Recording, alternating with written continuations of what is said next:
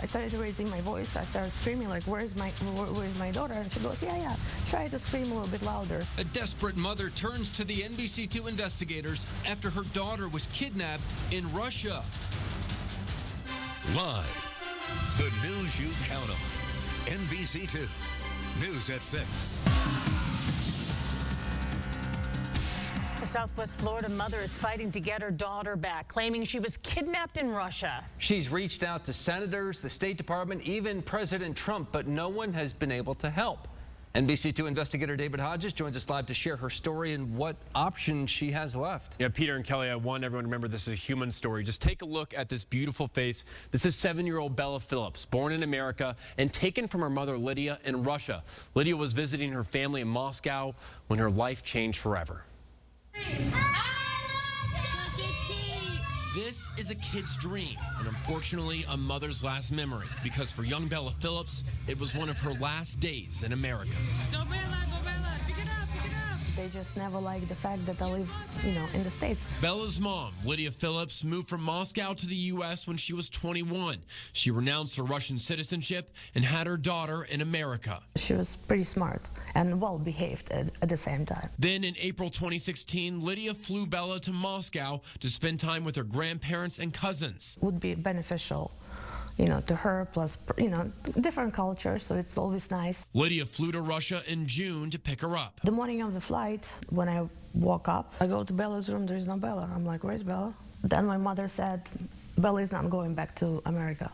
Lydia claims her mother is hiding Bella from her to keep her from going back to the U.S. Lydia says she had a strained relationship with her mother and family, but never thought it would come to this. Police reports and Russian court battles have not gotten Lydia any closer to Bella. It's been a year and a half since her daughter was taken. She's marked Bella's birthday twice without her. Every morning when I wake up, the first thought that comes to my mind, what is she thinking? Like, where's my mother? And I'm sure she's asking my mother, and God knows what she's telling her. This is one that you really couldn't foresee. This is not a lawful custodial battle. Chris Knott is with Naples Security Solutions. His company has rescued people from dangerous situations in other countries. It's one reason Lydia hired them. We need to come up with operational extraction plans, have multiple contingencies, but before we get to such steps as those, we try to implement as much diplomatic effort as we can. One of those diplomatic efforts has been reaching out to the Department of State, but Lydia says there's been no help from the United States government. They just, they were all just telling me, thank you for, addressing, we'll stay in touch. Knott says he's had meetings with the FBI and State Department about Lydia's case to no avail. I can only help but think that has more to do with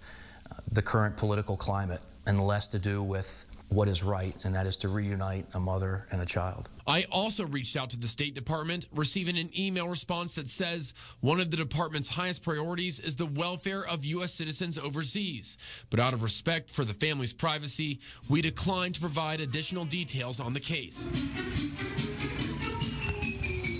Lydia can't imagine another birthday without her Bella, but also struggles to imagine one with her. I can't even think about it just yet, because I don't want to get excited and then disappointed.